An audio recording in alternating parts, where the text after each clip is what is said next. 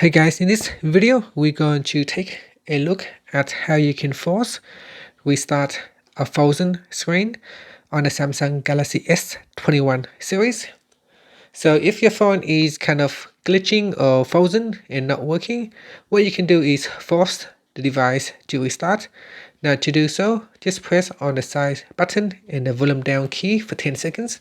So these two keys right here, you want to press and hold.